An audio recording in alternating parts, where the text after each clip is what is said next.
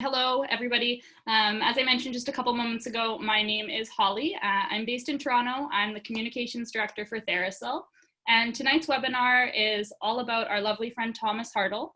Thomas is based in Saskatoon, and he was one of the first, if not the first, I think he's the first patient to ever be treated legally in Canada with psilocybin therapy, which is an amazing accomplishment. And we're really thankful that he's here to share his story. And we also have some lovely other guests on the line. So I'm just going to share my screen so that we can get into the slideshow here.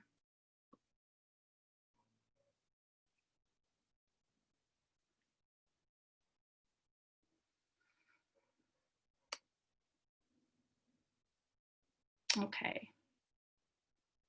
All right. So as I mentioned, we're going to be talking with Thomas today about his experience and his perspective with psilocybin therapy. So we have 5 speakers today, and I'm just going to let each of them introduce themselves for a minute or so. So why don't we start with Bruce, just because his picture is first. So Bruce, go ahead, unmute yourself and take it away. Hi, everyone, and welcome to the webinar tonight. I'm Dr. Bruce Tobin. I've been a psychotherapist in the Victoria area for about 40 years, specializing in the treatment of anxiety and depression and trauma. I founded TheraPsil about 2 years ago, and I'm currently chairman of the board. And I'll turn it over to Thomas. Hi there, I'm Thomas Hartle. I am a 52-year-old stage 4 cancer patient in Saskatoon, Saskatchewan. I am the first person to use psilocybin legally here in Canada, and I'm here to tell you folks a little bit about my experience tonight. I guess I will hand that over to Crosbie. Hi, good evening. My name's Crosbie Watler. I'm a psychiatrist in practice since the mid-90s. And yeah, my journey has always been one of curiosity and trying to find the best tools and the best outcomes for our patients. And that quest has brought me here to this group, and it's a privilege to be part of this group because, as I will share, the outcomes could be a lot better. So I think this is a time, a call to action, and I'm very excited to be part of this.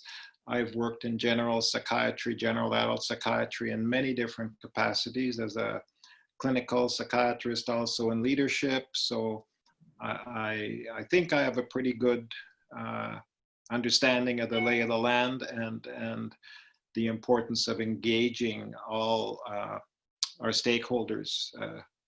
So thanks. I look forward to the rest of this chat. So I'll pass it on to John.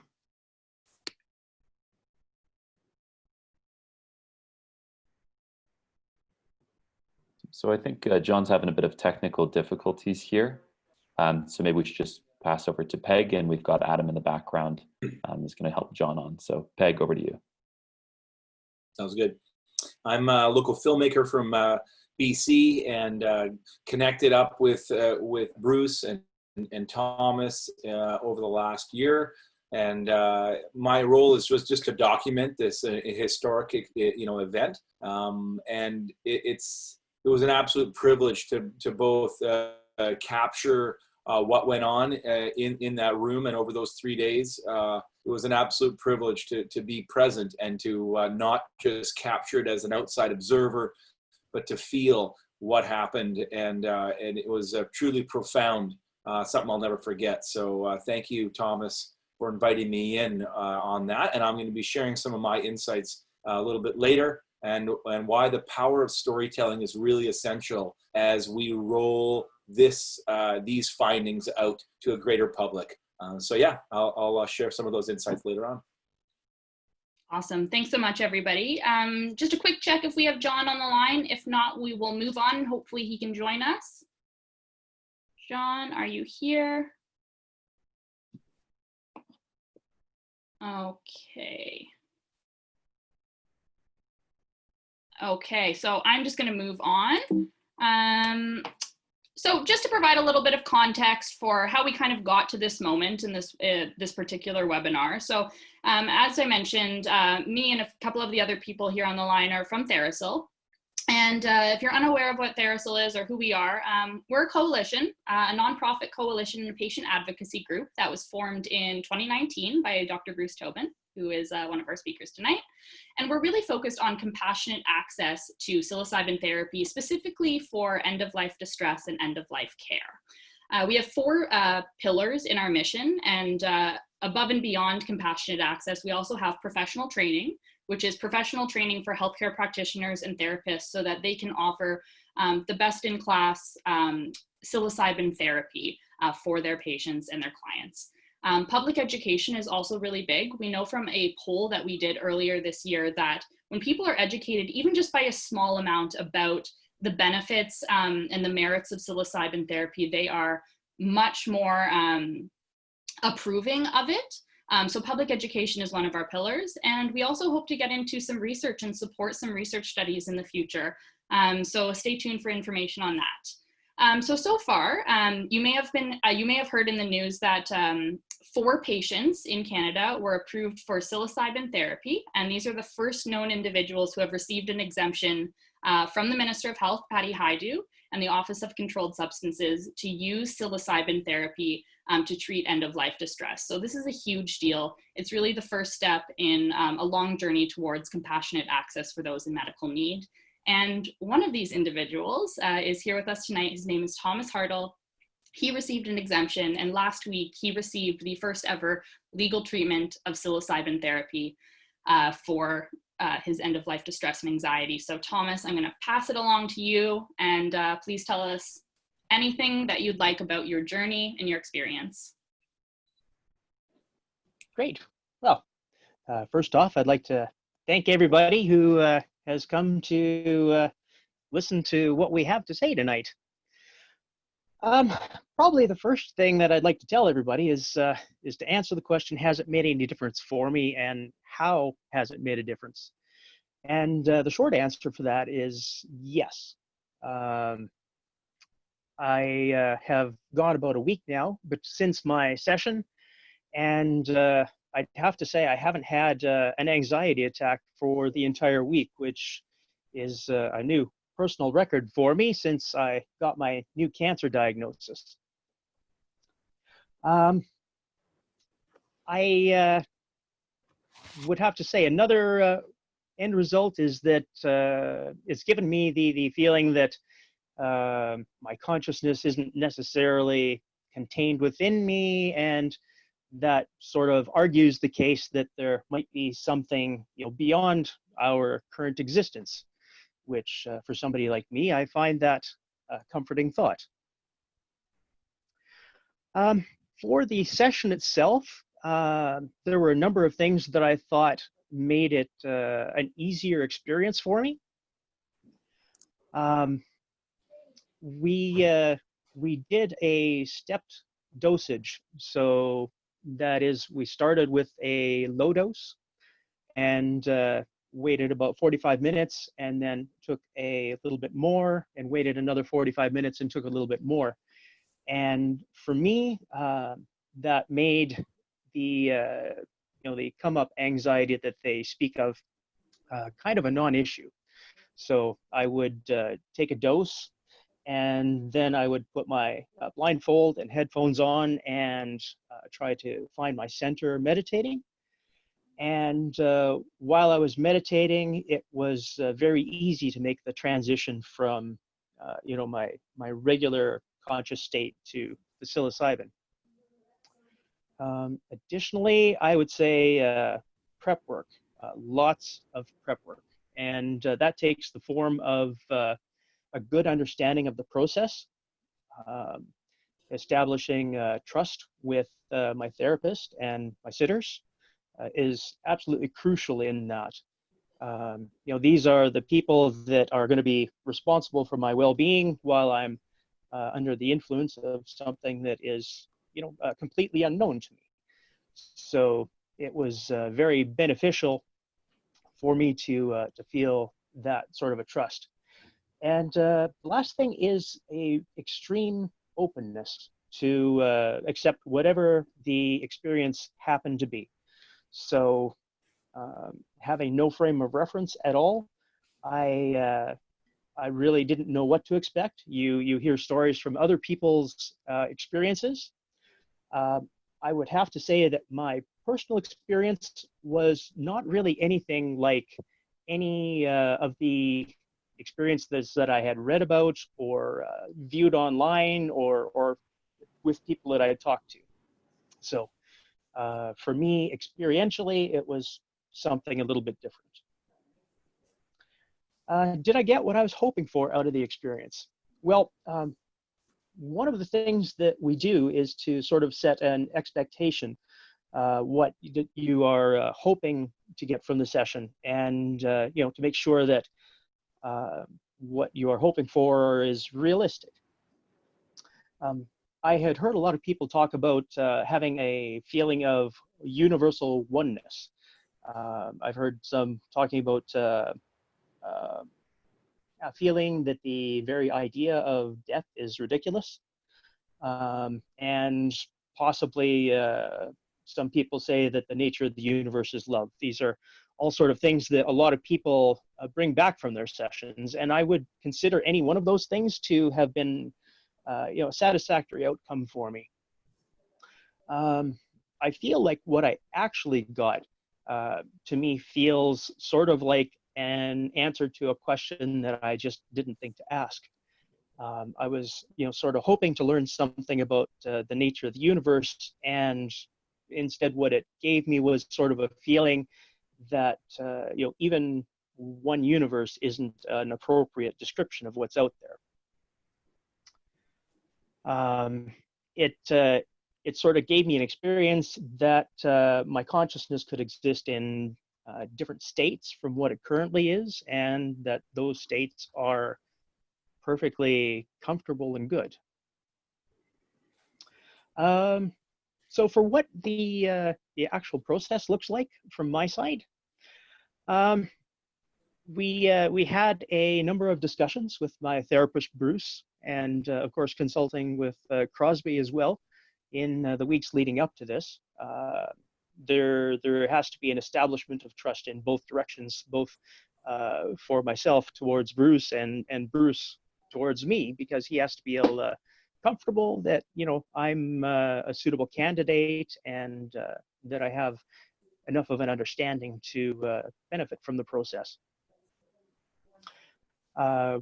During that time, we set the expectations and confirmed that there aren't any medical reasons why we wouldn't continue.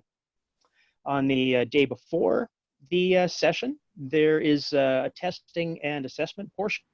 So that is to test things like your anxiety levels and where you score on depression scales and things like that, to kind of get a measure of where we are before the session, because if you can't measure things, then there's no real way of knowing if it's made a difference or not. I had a good opportunity on that day before to share some experiences with past sessions. So it gave me a good idea of what to expect going forward. On the actual session day, the environment was here in my home. So it took place just in one of our spare bedrooms. So it was a very welcoming and warm environment. I think that's very important. I think the more at home you feel, the easier it is for you to let go. We did the incremental dosing with my meditation between each dose, and at somewhere between the 1.5 to 2 hour mark was when the doses started to take effect. And during that time, I was just concentrating on being open to whatever the experience was. The actual experience itself, I think I will be covering in a couple of lines here. Right. I I was conscious of my environment enough to come back and check on my body from time to time just to see if it needed anything like overheating or needed a break. During the breaks, I would have to say that I didn't really experience a lot of visual distortions or auditory distortions when I was just trying to function normally. All of that really took place with the blindfold and headphones on, listening to music. The initial dose was about 11:30 in the morning, and the come down for that was sometime between 5 and 6 p.m. that evening. Following that, we had an integration session with my sitters, and then an integration with my family to let everybody know that I was okay and things went well. The day after that, we had a good session where we were just kind of reflecting on the experience and seeing what possible takeaways I have from that. What did I experience during the session? So for me, this was a really synesthetic experience. So for anybody who doesn't know, that's where your senses can get crossed one with another. For me, listening to music produced fully tactile, three-dimensional spaces. So different types of music would form a different space, and I would then become those spaces. So as a sensory experience, it felt as though my consciousness was being able to change into different forms. And all of those forms were completely alien from what my current experience is, but every single one of them was a very peaceful and serene experience for me. So I was very fortunate that I didn't really have any challenges in my session at all, like some people experience. So for me, it was extremely relaxing and very peaceful. Since the treatment, how do I feel about it? I would have to say that I have had anxiety for so long that I have sort of forgotten what it feels like to not have it. And to experience the lack of anxiety this week that I have had has been beyond words. It's amazing. I have no idea how long this particular benefit will last, but so long as it is here, it is really, really amazingly good. Before this experience, you know, I had some ideas of what I thought I would get out of this, but the actual feeling and experience of it is so much better. I guess to wrap it up, for what happens next, I guess I wait to see what kind of a longevity I get from this treatment. And if I feel the need that I will, need to have another session, that will be definitely something that I am completely open to. Now that I've had this experience, I've realized that a lot of the anxiety that I had going into it were caution is good, but the anxiety really wasn't. Everything about this experience for me has been positive and good. And that is my takeaway from it.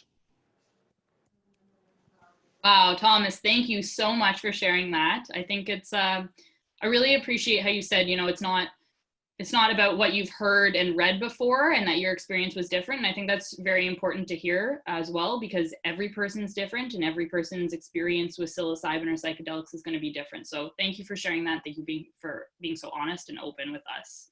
And thanks for being here. We really appreciate you. Awesome. I'm just going to pass it along now to Dr. Bruce Tobin. So as Thomas mentioned, Bruce was there alongside him and he facilitated pre and post integration sessions as long as the medicine session. So Bruce, go for it. Thank you. Well, I'd like to first convey my respect and appreciation and admiration to Thomas for his courageous decision to step up to the plate in pursuing legal access to psilocybin treatment. As a man in serious medical and psychological distress because of cancer, he and his family seem to have endured a lack of privacy and media exposure and a whole lot of stuff he didn't really need, because he believed that he had the right to make his own medical choices. And I also want to say what a privilege and an honor it has been that Thomas trusted me enough to provide him with Canada's first legal psilocybin treatment, since psilocybin became a restricted drug in the early 70s. I want to just give a little bit of general background to the treatment session. Thomas and I both believe that the right to medical autonomy, that is, to direct our own medical treatment, is guaranteed by Canada's Charter of Rights and Freedoms. And in that charter, in Section 7, it talks about how everyone has the right to life, liberty, and security of the person. And Canadian courts have ruled in several landmark cannabis cases that the absolute prohibition of cannabis by the Controlled Drugs and Substances Act contravenes the provisions of the Charter.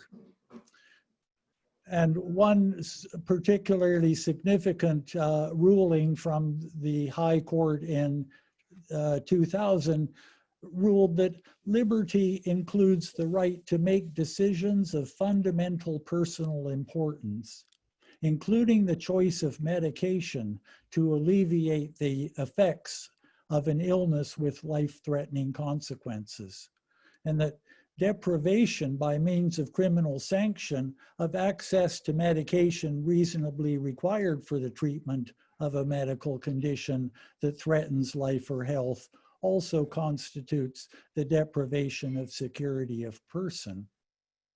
And so rulings like this have led to the amendment of the Controlled Drugs and Substances Act to allow for the medical use of cannabis. And now the choice to use cannabis medically is now a choice to be made between patient and their doctor, not between patient and a federal government bureaucracy. We believe that these rulings are equally clearly relevant to psilocybin, and we seek to negotiate a policy with Health Canada now to develop the same regulatory regime with respect to psilocybin. We're now confident that the door to legal psilocybin in situations requiring compassionate response is open, and that door is going to continue to widen. And by compassionate treatment here, we mean the provision of an investigational therapy to a patient who has a serious or life-threatening illness for which other treatments are not available. And so compassionate use allows patients to receive a promising but not yet fully studied or approved therapy when there are no other treatment options. And this is the route we took with Thomas. I want to say just a word or two about the science behind psilocybin as a medical treatment, and just how promising it appears to be right now.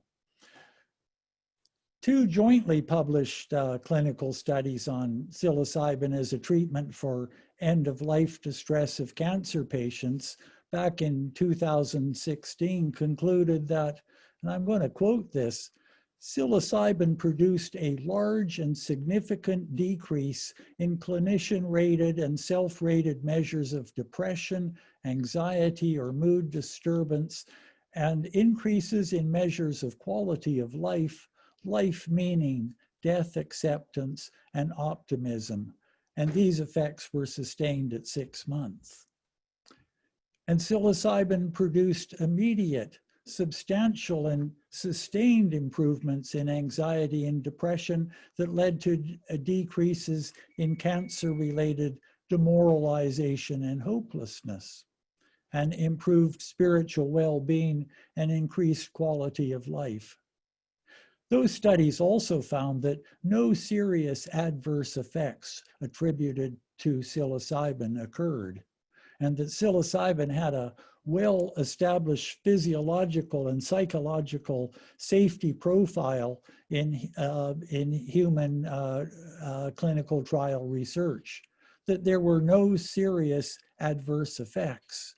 And even all the people that experienced anxiety at certain moments through their treatment sessions, of those people, no one regretted having done it the following day.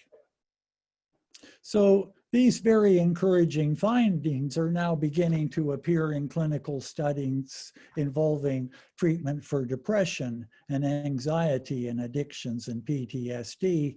And we expect that within the next few years, the face of Canadian psychiatry and clinical psychology is going to be transformed by these psychedelic medicines. My interest in psychedelic medicine is being grounded in this science. I respect this science and know that we should go forward only to the extent that good, well done science leads the way.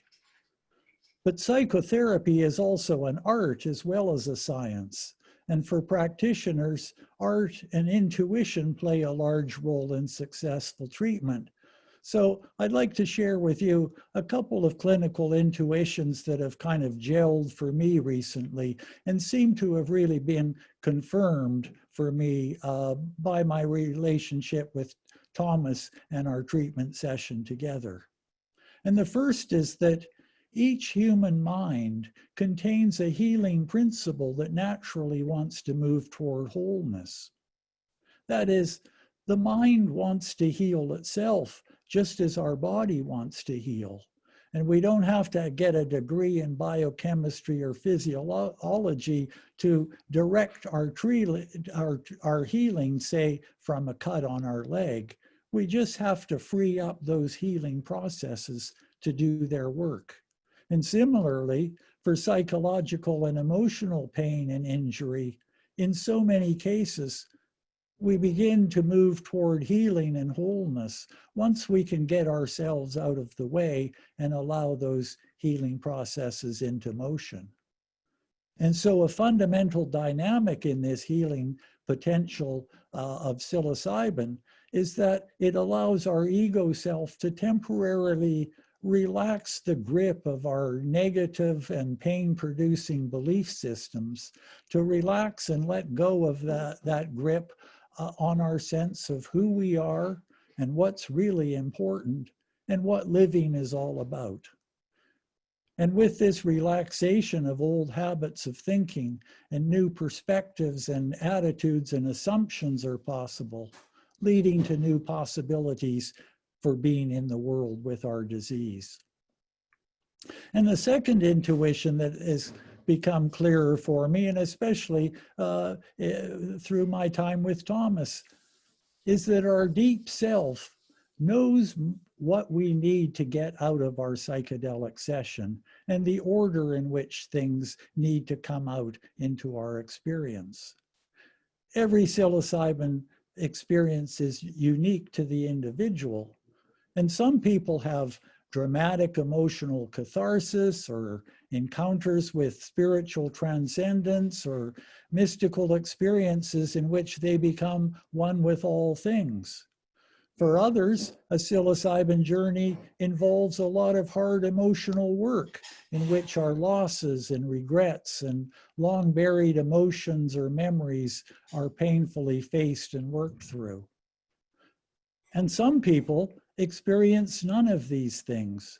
But as I've come to see more and more clearly, through my own experience and the testimony of others who have experienced psilocybin, is that everyone seems to receive what they require at that moment to move forward toward acceptance of their situation and resolution of their pain. Psilocybin serves up to us what we most need in that moment. And I feel very thankful that Thomas has found a measure of what he is looking for. And I feel very thankful that I've been able to be a part of that process. I remember sitting on the plane on the way to Saskatoon. I'd never been to Saskatoon before, and this was the first time for me. And sitting on the plane, I was thinking about the last 5 years in which I've been preoccupied with helping Canadians gain access to legal psilocybin for medical treatment, and thinking that after all this time, we're coming to the moment of truth. So what a joy it was to meet Thomas and his family and spend that week together with them, making this wonderful news together. It's been not only an emotional time for me, but really a spiritual time as well. And I'm deeply grateful for the opportunity. I've wanted to let Thomas tell his story in his own words about his experience rather than interpret it for him, but I'll certainly be looking forward to any questions any of you might have at the end of our session and further discuss this. Thank you. Thank you so much, Bruce. Your wisdom and your knowledge is so appreciated. And also thank you for working at this for so long. Like Bruce said, he's been fighting for access for 5 years, maybe even longer. And a lot of this is really due to you. So thank you so much for everything you do. And I really like what you said. I just wrote it down here that psilocybin serves up what we need in that moment. And that really got to me. So thank you. The next person we have speaking tonight is John. We've had a little bit of tech difficulty. So John, if you're on the line, please do something so that I know that you are, or text Spencer or Thomas or somebody. So I'll just kind of like hold space for a second or two, see if you're there. If you're not, we're gonna move on to Peg, and we can always circle back around for your perspective as well. So has anybody heard from John? Not yet, Holly. Why don't we move over to Peg, and then we can slot him in afterwards if necessary. Okay, perfect. Peg, we're gonna move on to you. Hey. Oh no, sorry, I'm so sorry. Can we actually go to Dr. Crosbie Watler first? I have him first here. Awesome. Okay, thank you. Dr. Watler, are you available now? I certainly am. Thanks. Awesome. Take it away. You're hearing me okay? Yeah, you're good. Yeah, well, those were very hard acts to follow. Thank you so much. So I've been a psychiatrist for many years, and I'm becoming increasingly aware that we are not really healing people in a comprehensive way. I was trained in the decade of the brain, the 1990s, and we had this heady belief that we were on the cusp of prescribing away mental distress and mental disorder. And over the ensuing decade or two, there has been an exponential increase in the prescribing of medications and increasingly capturing more and more people with labels and diagnoses. And this has led to an exponential increase in healthcare costs, direct and indirect. Direct, of course, being the crushing cost of all these medications and professional fees. Indirect cost, exponentially more time lost to disability from mental disorders, particularly anxiety and depression, than ever before. And this is at a time when we are prescribing more and more than ever before. So what is missing? What's the disconnect? And for me, this has been a call to action. I've been very curious and also very despairing, because I see the treadmill of care, but also seeing that people are not healing in a comprehensive way.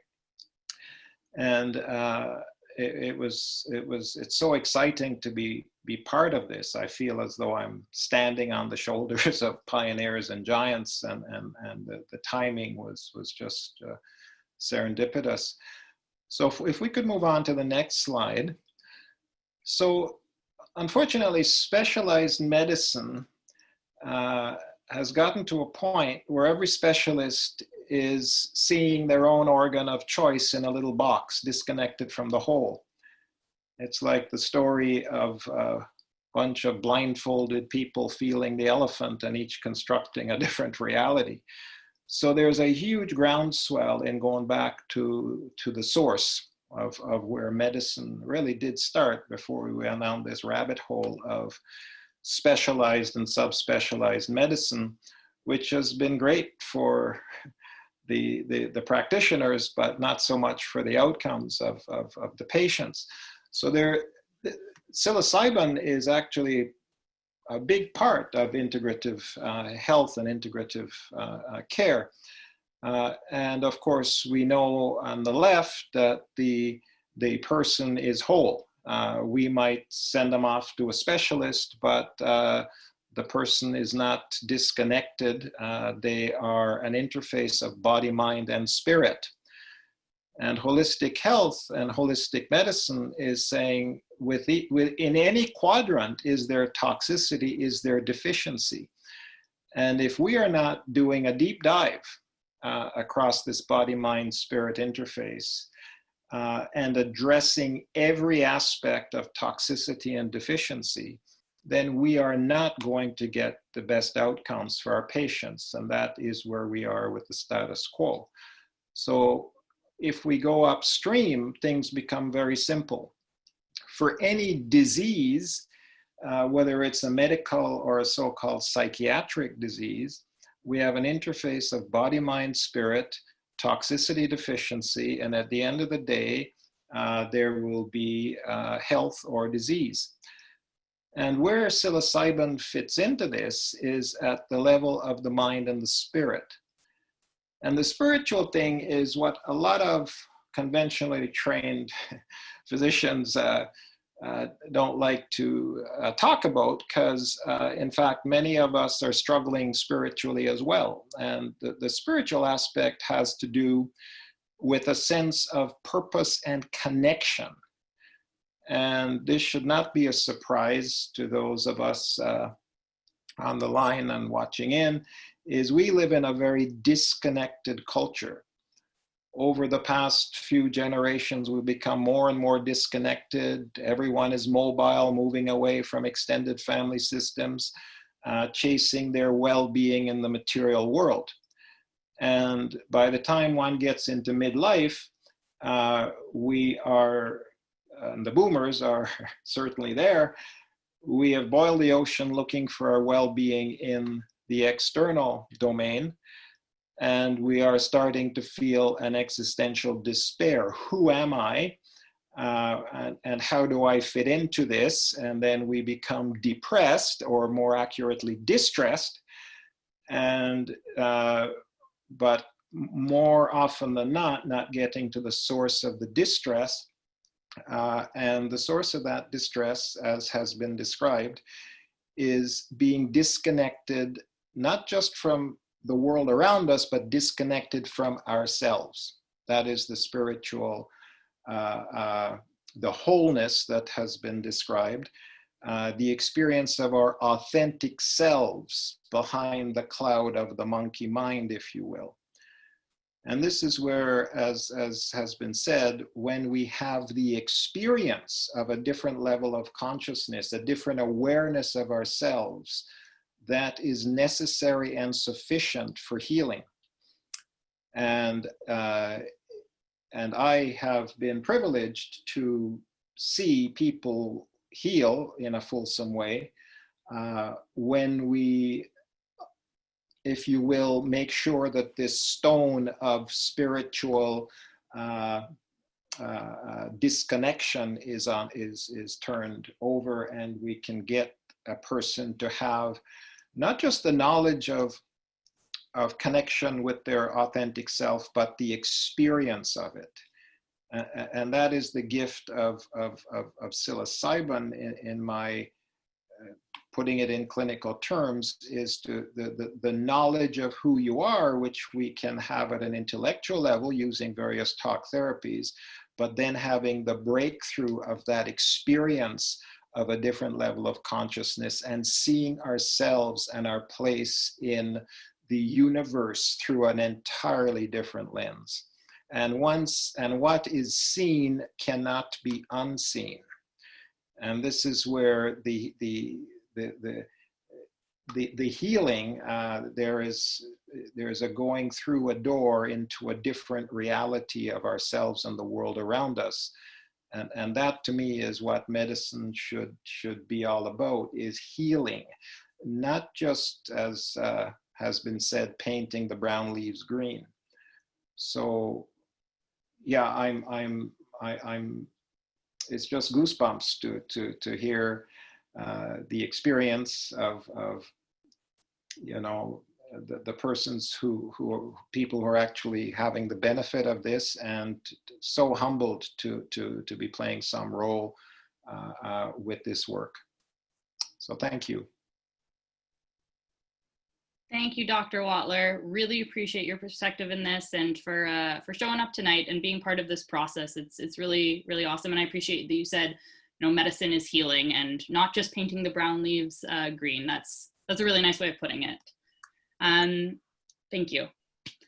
We have found John. John is on the line. I'm just going to unmute him. Give me 1 second here. Okay, unmute. Oh, there we go. Okay, John, are you there? Hello, hello, I'm here.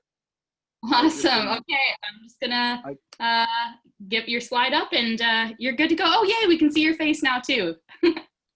I've been on a very strange trip this last 45 minutes. Trying to get on. Thanks Anyway, so much for trying to get on. Thank you for getting me on. I have to say that this has been one of the most memorable experiences of my life. And it was a deep honor to be with Bruce and Peg and getting to know Thomas from now about 8-9 months we've been together, Thomas and I, and to see his process unfold. It's like magic, and it's a beautiful thing. Us 4 guys got together. Basically, Thomas and I didn't know those other 2 guys. And you talk about set and setting, how us 4 guys came together and became really tight. And I remember one time we were just sitting talking about the session coming up, and all of a sudden a group hug happened spontaneously. And most of us had tears in our eyes because of the beautiful thing we're doing for each other. And it was so nice that us men got to do this for each other, because us men don't take care of each other very well sometimes. And so that was a highlight for me. Just that going into the process and how tight we were, and how we were a real unit. And it was a powerful moment for all of us. Thomas has been an inspiration to me. I'm just amazed at his resilience and his patience and his courage, his sense of humor, his willingness to move, you know, to change, to go into places that he had no experience of going into, and basically doing it for himself, of course, and for his family, of course, but also doing it for everybody else. He really laid a pathway for all of us to follow. And I mean, Thomas has got stage 4 cancer, and he's been living with this hanging over his head for so long, and yet you see that smile on his face. It's always there. And everybody who knows Thomas comments on that. He's just so optimistic and positive about everything. So as a friend, I was really honored that Thomas invited me in to sit with him. We have a pretty good connection, and but I was just there to support Thomas and to let him know that he was loved and supported and cared for, and that he was in a safe place. And I sat 6 hours watching him, laying on the bed, watching him breathe, and sending positive energy his way. And every now and again, Peg and Bruce and I would, you know, share a look to each other, and we were all there totally focused on Thomas. And I think that was part of the reason why the whole thing worked. This energy that was passing back and forth between us all was really powerful. and I think a necessary part of the total experience. And so that was the set that we created for Thomas, and I think it facilitated a lot of what happened for him there. And again, Thomas and I talked a lot about this. We've done a lot of reading and a lot of watching videos and talking to people, and we had some expectations and wondering about what might happen. But I think what happened was exactly what had to happen. I've heard the phrase that the plant doesn't give you what you want, but it always gives you what you need. And that seems to be what Thomas got. And that letting that anxiety go is a real freedom, and it'll give him room to maneuver and go through his life. So I appreciated everything about it. I think Bruce was so calm and so professional and so knowledgeable that I felt safe that Tom was in good hands. Peg was always on the periphery, taking pictures, that damn camera in our face all the time. But he was very, very much a part of our team, very much so. And we were a real tight unit. My one concern, I guess, was that we didn't, and I should have thought this, I feel really bad for not including the family in it. The family was knew that Thomas was doing something really strange, and they had no idea what was going to happen to him. Would he come back? Would he go crazy? They had a great deal of anxiety about what was happening with him, and I didn't see that till after it was all over.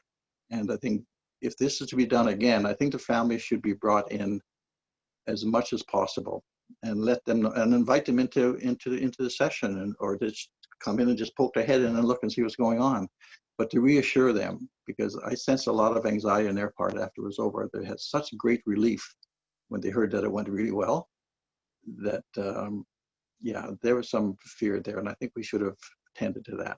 So going forward, I think that's a piece we should look at. I don't have too much more to say, except thank you for TheraPsil for bringing this forward, and thank you for letting me be a part of history. It's a big deal. I'm really impressed with it. I'm impressed with all of us, actually. So thank you all. Thanks so much, John. We're happy that you can make it tonight, and thanks for being a friend and companion to Thomas. I think it's really wonderful that you were there for him, and appreciate your insights as well. I think it's very important. So, thank you. I'm going to Peg. Going to pass this along to Peg. You've been sitting there patiently, so let me just get into your slides here. We're going to call Peg an impartial companion, but take it away, and I'm just going to remute you, John, if you don't mind. Yeah, I really appreciate what John said there, that this experience really, I think it was profound for all of us, and that's really a testimony to why this medicine is so different than any other medicine, is that this medicine works just like the indigenous wisdom that it has been given to us from. It works alongside of a healing container of like-minded people. And when the participant has this open heart, and when the people of that around that person have the same kind of desire to see growth and healing and this lowering of anxiety happen, and when those energies are present, the medicine can do its work. And I really believe, like Bruce really gave us this insight to say, 50 years ago, they were beginning to realize that this medicine wasn't just a pill that you give to someone and they leave the office. This medicine, as it came to us in the container from thousands of years of use, the container that comes in gives us the wisdom to say it has to be done in a healing context. And we got to see that happen.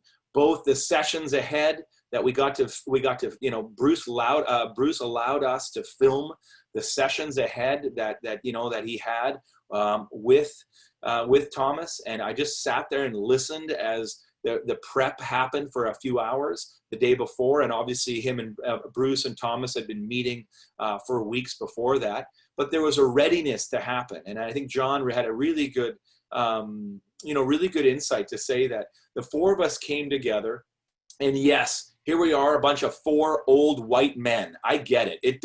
This is not the future of where we're going with psychedelics, but yes, we were four old white men, and we all looked at each other and said, this is what men should be doing, being authentic, crying with one another, talking about what's really deep inside them. This is the future of what being a man looks like in our culture. And the idea of just competition and how do I just be with the only thing we're going to talk about is surfacey things, that's done. And I think there's this longing for people, men, and I'm just, as a man, I can say this, I'm a father of four and I interact with other men, and there's a longing that's going on for a deep healing in our culture. And I saw that happen while we were at Thomas's place. I want to share a couple of insights that I got while I got to be part of that. And one of the things that really hit me was the power of storytelling. And obviously for me, I come with that bent. I'm a filmmaker, I'm a storyteller, but I saw it in my opportunity to interview Thomas before the actual event, the day before, the morning of, and then after the night of, and then the next day, the integration. And as you begin to now, I mean, I've had a week now to start going through, I think we have 40, 50 hours of footage. As I'm going through the footage over this last week, I begin to start seeing the narrative and the unfolding that Thomas has, where he starts. He's deeply, there's a lot of anxiety in the beginning, a lot of fear. Thomas talks about that. And then obviously coming up to the event, and then starting to see it slowly dissipate after the session. But it really didn't take place until the next morning. I remember Bruce and I we had left that evening. Bruce just said he needs to be with his family. He doesn't need to talk anymore. He just needs to be with his family. So we got in a cab and left. And Bruce turned to me and said, it's like a good tea. You got to let it just steep. Let him just sit with this stuff. And to be honest with you, I said to Bruce, I don't know if anything happened. I think this didn't work. I don't know what happened. Like, he just was kind of quiet for hours, and then we kind of left, and I wasn't sure that nothing had happened.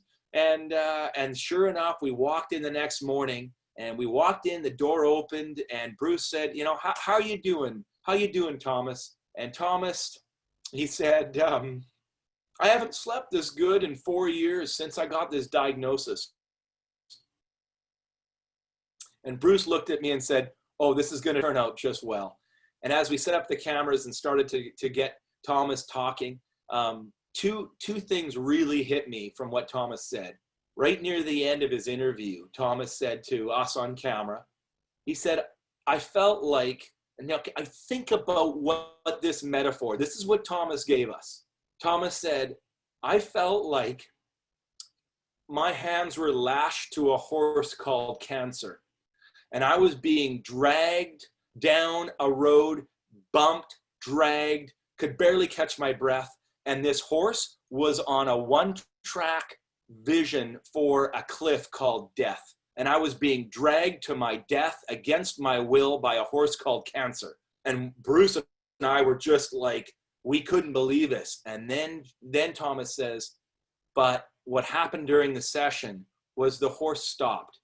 And I got on that horse. And now we're riding this horse. And I don't know if we're going to a cliff. I don't know where it's going, but I'm on top of this horse and I'm riding it. And that's a completely different feel than being dragged by a horse. I mean, that alone was worth 6 hours of everything.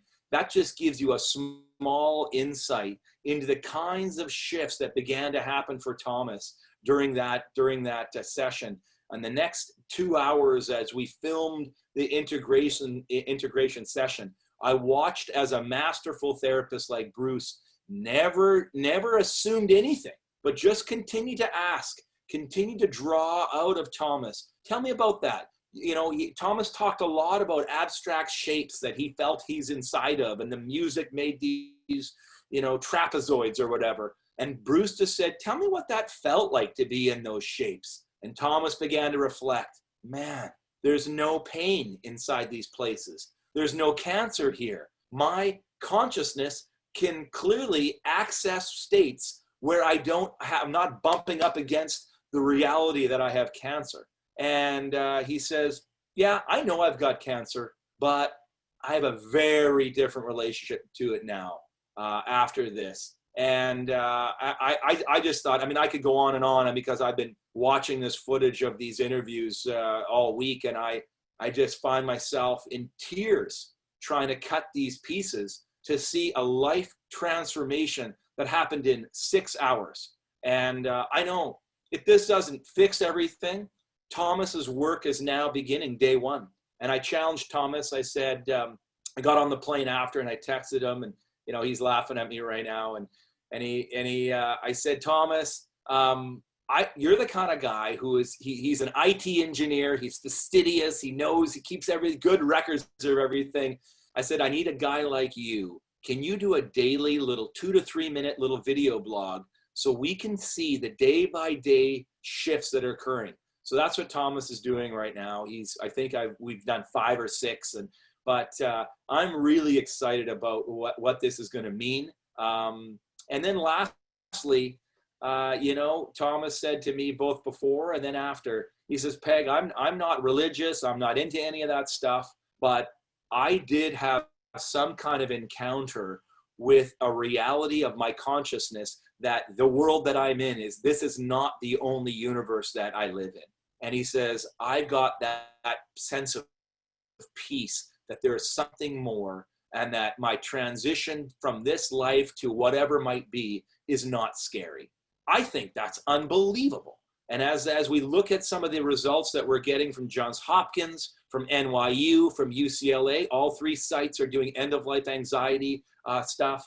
And as I'm doing research on this and doing a documentary on this whole process, the research tell me that 86% of people that go through this in a high-dose psilocybin session in end-of-life anxiety have what they call a mystical experience.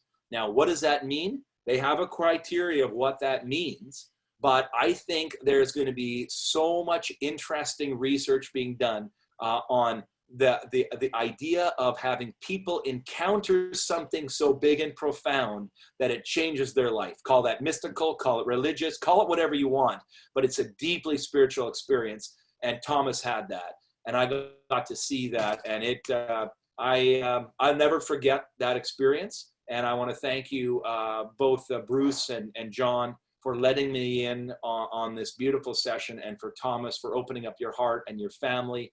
I saw the next morning how you interacted with your kids, how you interacted with your wife. It was absolutely beautiful to see the love and freedom that was happening in that household. So anyways, I could go on more. There will be some video content that'll come out of this, and we'll make sure that TheraPsil gives it out to whoever wants it. But I'm excited to cut together a small little piece capturing Thomas's story. So thank you guys so much. Wow, Peg, thank you so much for so many emotions I'm feeling right now. Thank you very much just for so clearly explaining what you witnessed and what capturing this moment kind of meant for you and for Thomas and for Bruce and John and everybody involved. So thank you. And yeah, there's some questions coming up about, is some of this footage going to become public? And whatever Thomas is comfortable with entering the public sphere, we'll absolutely make that public. Everything that you'll see on TheraPsil social media is run by patients prior. So we just appreciate Thomas's willingness to be so open and open his heart, and as Peg said, open his family. So thank you. I'm being mindful of the time here. I know we've gone a few minutes over, but we have had some questions, and I just also want to pass this along to Spencer to give a little synopsis about kind of what's next for TheraPsil, for the future of this medicine in our perspective. So Spencer, why don't you go for it? I'm going to pass you along here. And if anybody does have to leave, this is being streamed on Facebook, and it will be available on YouTube tomorrow as well. So if you got a jet, no worries. You can tune into the rest later, but thank you. Awesome. Thank you so much, Holly, for being a wonderful host. Thank you, Thomas. Thank you, Bruce. Thank you, John, Peg, and thank you, Crosbie, so much for talking here. I also just want to put out a thank you there to everyone who supported TheraPsil too and supported Thomas and the other patients, because that's what you've done. Thank you to all of the MPs and politicians and folks within Health Canada that made this all possible too. This really is a combined effort. It is advocacy, and every time you know, you put your voice out there, anyone, you are advocating for people such as Thomas, so thank you. I want to talk about what's next and how you may be able to help further. So first and foremost, we're going to be doing some more webinars like this, likely bi-weekly. And the idea will be that they will focus on treatments moving forward and also serve our other three pillars. Those are public education, professional education, and research. So we'll be able to hopefully share some of the research that may be coming out of future treatments. If you are a healthcare practitioner as well, you can contact us to learn more about a training program that we are developing, and also how you may be able to help patients that are asking you about psilocybin. That should also be the focus of next week's webinar. So it's definitely, the webinar coming up in 2 weeks, so certainly stay tuned for that. Most importantly, if you or a loved one think that you could benefit from psilocybin-assisted psychotherapy, do not hesitate to get in touch with TheraPsil. You can do that by going to www.therapsil.ca and heading to the patients page where you can fill out a form. Finally, you can follow us on social media at TheraPsil. And also, if you like what's going on here and you would like to support patients and doctors and therapists and the general fight to liberalize psilocybin-assisted psychotherapy and get it to patients suffering from end-of-life distress, please head to our website where you can support us with a donation. So we'll be mindful here. Sorry about going a bit over time here, but I'm going to direct a couple questions to the speakers here. So I will start off with a question for Thomas, as he spoke first. And Thomas, that is, had you ever tried psilocybin before this session? And second to that, how did you find TheraPsil? Yeah. So this was completely my first and only experience with psilocybin. I found TheraPsil while I was looking for mushrooms and cancer on the PubMed website. So I'd been looking for treatment for my neuropathy, but when you search for mushrooms and cancer, you do find the Johns Hopkins studies. And from there, I kind of just expanded. Well, I became very interested in psilocybin at that point and started looking for if there were any studies or if there was any availability. And that's when I came across the TheraPsil website, and we went from there.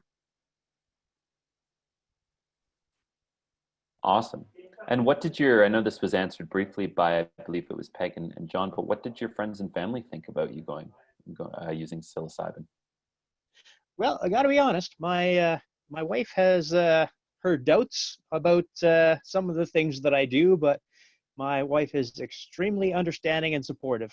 You know, prior to having cancer, I mean, I didn't use any sort of drugs, and once I started on chemotherapy, I discovered that you know, medical cannabis was a really effective tool for dealing with that. So my wife is kind of used to me finding kind of oddball things that work out, and this happens to be one of those things. Awesome. And where did you get your mushrooms from? I grew my own mushrooms. The place that I got the mushroom kit from has requested that I don't mention them on any public places, which I will completely respect. But I started a grow kit, which I purchased online, and within reasonable time, I had enough mushrooms to do my session. Wonderful. So I got 2 more questions for you here. How long have you practiced meditation for? not very long compared to a lot of people. I would say about 2 to 4 years. I started a little bit really when I got cancer, and that was just trying to deal with some of the symptoms that I had from the chemotherapy. It's sometimes easier to sort of meditate than to focus on that. Wonderful. And as a final question, what would be your message to other Canadians that think psilocybin may be for them or that are experiencing end-of-life distress? Mm-hmm. Based on my personal experience with it, I would really highly recommend that Canadians consider it as an option. The psilocybin for me was a very gentle and effective. Obviously, it's even if it didn't have any more effects tomorrow, I would feel very comfortable in having another session to boost that back up. And your worst case, that would still be only a single dosage, like once a week. There isn't any other medication out there that has that sort of an efficacy. Awesome. Thank you so much, Thomas. All right, we've got another question here for Bruce. Bruce, have doctors been able to go through psilocybin sessions themselves? No, currently psilocybin is still a restricted medicine unless you have a Section 56 approval from Health Canada. So right now it is illegal for doctors to use it as part of their training. That doesn't really make any sense to any of us. Imagine what it would be like to go to a sex therapist who has never had sex. We are going to be working very hard over the next year, over these next months, to make a change in that so that therapists have legal access to psilocybin for training purposes. Wonderful. And Bruce, does research suggest the length of time that this treatment might last for? Well, the original studies in 2016 were followed up at 6-month intervals. And at that time, about 80% of patients continued to be more or less symptom-free. A later study just published last year shows that the large majority of those patients who are still alive continue to experience the positive benefits of psilocybin, and this is 4 years after treatment. So we begin to see a general picture emerging that for many patients, one treatment session is sufficient to take care of their psychological issues. Wow, it's amazing. And Dr. Tobin, this could also go to Crosbie, but I think it was actually directed at you, Bruce. How do you know when a patient is a potential candidate for psilocybin-assisted psychotherapy? Well, we have a rather complex screening system in place now. There are certain medical contraindications and certain psychiatric contraindications to psilocybin therapy. But the vast majority of people who have approached us have successfully gone through that process. And we feel that one's desire to undergo the treatment is an important factor. Their degree of educating themselves prior to contacting TheraPsil shows their seriousness about the treatment. And we have to date not excluded any particular patient because of medical contraindications. So my expectation is that going forward, the vast majority of people that apply for treatment will indeed be able to receive it. It's wonderful to hear. Okay, I have a few questions for Crosbie now. Crosbie, could you please define spirit? Yeah, I'm not going to pretend that I have captured the only definition of spirit, because it is but the essence of spirit is connection with something other than the materialism that we perceive at this level of consciousness. So this has been described as the waking consciousness, but we construct reality based on our level of consciousness. And this is one reality, and it's a very limiting reality. And I guess a spiritual awakening is having an experience of our authentic selves, which is far beyond what we perceive at this level of consciousness, because at this level of awareness, we are extremely disconnected. The ancient Vedic scholars talked about Maya, the illusion of the senses, where we construct this disconnected self in this disconnected world. And our culture, unfortunately, with the materialism and the corporate agenda, it reinforces that. So spiritual development is transcending the limits of our senses and our conditioning to have an experience of authenticity and wholeness, in which we have the experience of being connected with ourselves and with everything around us. And it is something that can be described, but is a nonverbal experience. And this is where psilocybin has such potential, because as a very busy clinician, I have, at the level of the intellect and the mind, spoken with people about a more compassionate view of themselves, but it is the experience of an altered level of consciousness that really allows the breakthrough. Okay, thank you so much, Crosbie. This is all the questions we had. Many of them were a bit repetitive, so that's the only ones here. Holly, I'm going to pass it to you to say any final words, but thank you again, everyone who spoke and everyone who attended here. Awesome. I'm just going to echo Spencer. I won't take too much of everybody's time, but first and foremost, Thomas, thank you as always. You're an incredible human being. You really set the stage for the future of medical psilocybin, and you're really a hero. And I know you've got a bunch of people in the comments saying you're brave and you're courageous and all of that, and. So thank you, Peg. Thank you, Dr. Bruce Tobin. Thank you, Dr. Crosbie Watler. Thank you, John. I don't even know if he's still on the line. And of course, thank you, Spencer, the Executive Director of TheraPsil. And thank you to the lovely participants who showed up this evening. If you have any questions at all for TheraPsil or for Thomas or for any of us, you can email info@therapsil.ca. We'd be happy to get back to you. And yeah, have a beautiful evening, everybody.